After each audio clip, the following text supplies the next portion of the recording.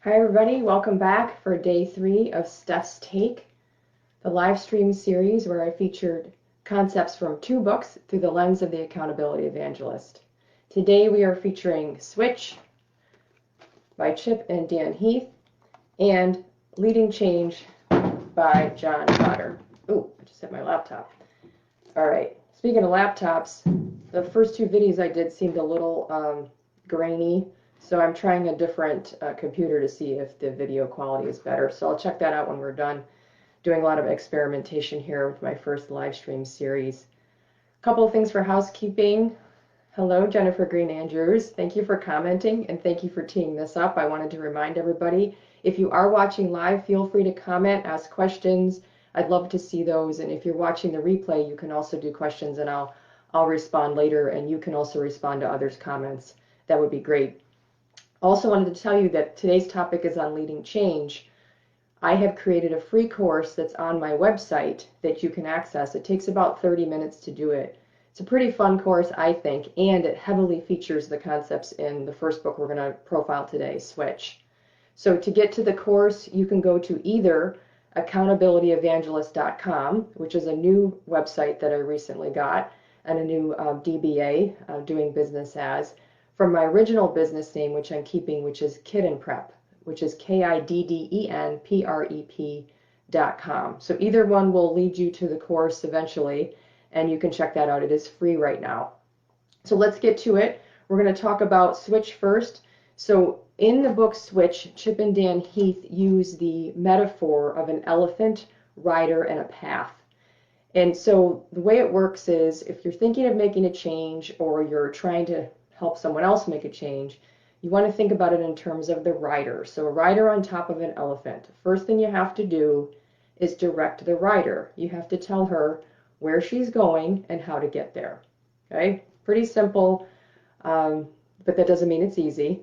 So you have to lay out the vision and tell her what to do. Then you have to motivate the elephant.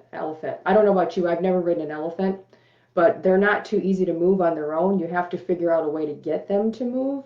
And the way to do that is a couple things. Let me look at my outline to make sure I capture them all for you. The first one is find the feeling. So this is something that when I read this, it led me to the concept of meaningful consequence.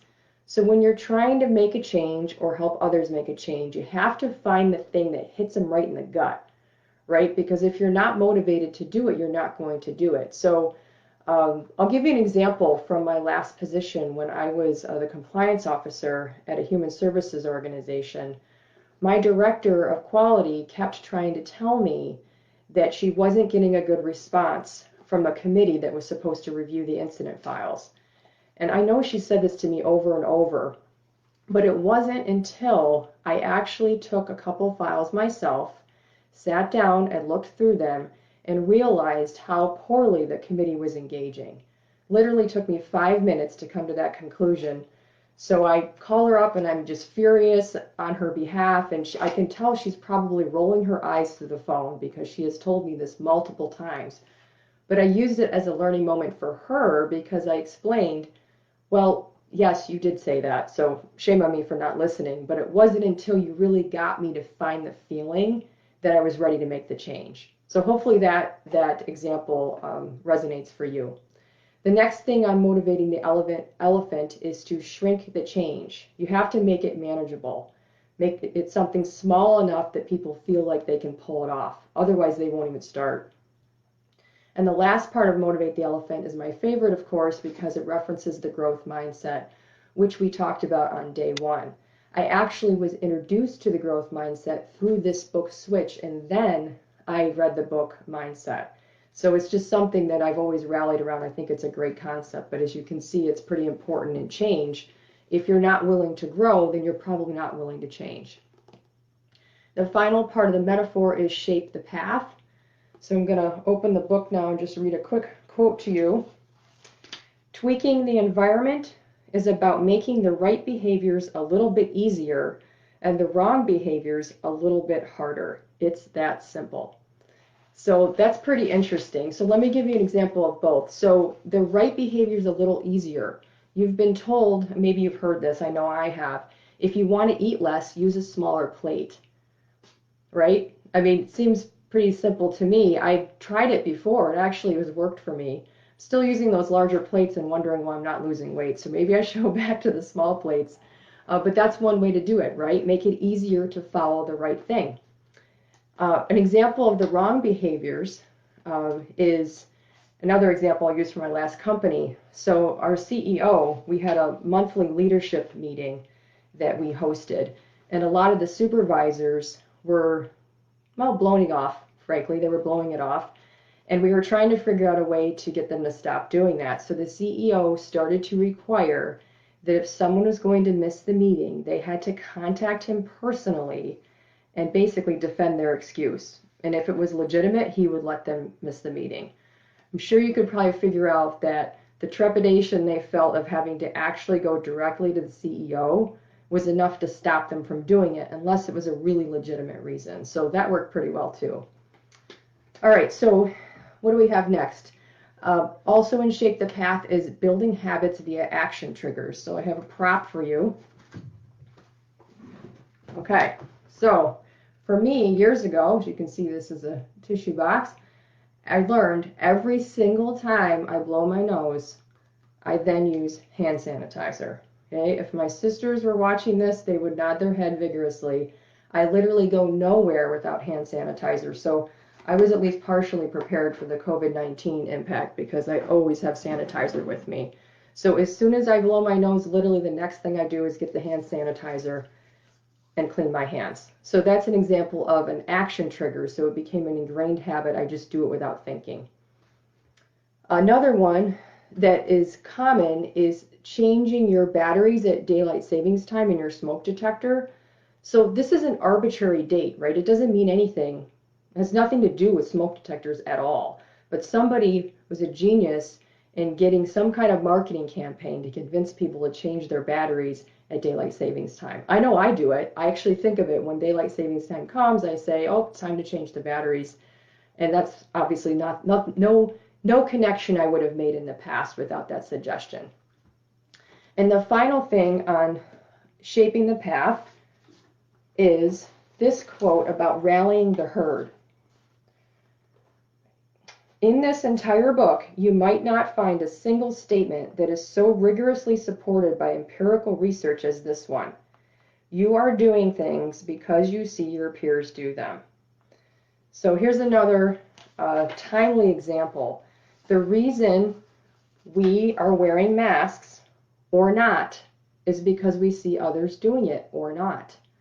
I've run into this myself when as soon as we started to open up a little bit in New York State, and I was outside of my home, whether it be in my neighborhood or in a store, in the store I was pretty consistently wearing a mask, but I would be watching other people, wasn't really sure what to do. I'm a rule follower, so I tend to wear the mask. But even I am succumbing to what my peers are doing. So don't underestimate the power of peer pressure. It's real. So you can use it to your advantage if you're trying to make a positive change. Okay. All right, we're going to move on to Leading Change by John Cotter. Okay, so if you're leading change in an organization, I recommend this book. It's not that you can't read it elsewhere, but it's really meant for you directing a change initiative in an organization. So a couple of things I want to highlight is really the first and the last step. So there's an 8-stage process. The first step is to establish a sense of urgency. Okay, we actually talked about that yesterday with necessary endings, right? So you have to do that first step before you can move on to others, because otherwise people won't be motivated to do anything. And if you remember from yesterday's live, we talked about you needing to motivate people through approaching the positive and also going away from the negative. You put those two together, it's a powerful combination. So once you get through the steps, which I'm not going to go through all those right now, I'm certainly, again, you can pick up the book if you want to see the rest of the steps, but the final step is to anchor the changes in the culture. You cannot declare victory until you have done that. Because if you stop too soon, all of your good work will be undone.